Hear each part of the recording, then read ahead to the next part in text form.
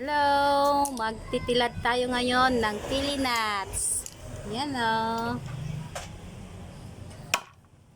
Alam nyo ba guys, ang hirap ng proseso nito. Ang tigas nito, parang bato. Yan. Kung hindi marunong ang magpupukpok niyan, hindi basta nahati. Hindi mahati ng isa lang. Kailangan ng 2 o 3 beses. Ito na yung mga balat niya. Ito na yung natanggalan. At pag nalagyan na ito guys ng sugar, dumadami pa ito. At masarap na siya. Pwede nang kainin. Diba? Ang sarap-sarap yan. Ang dami pa dito ang hindi natanggalan ng balat oh. Dadami pa yan pag nabalatan na lahat yan.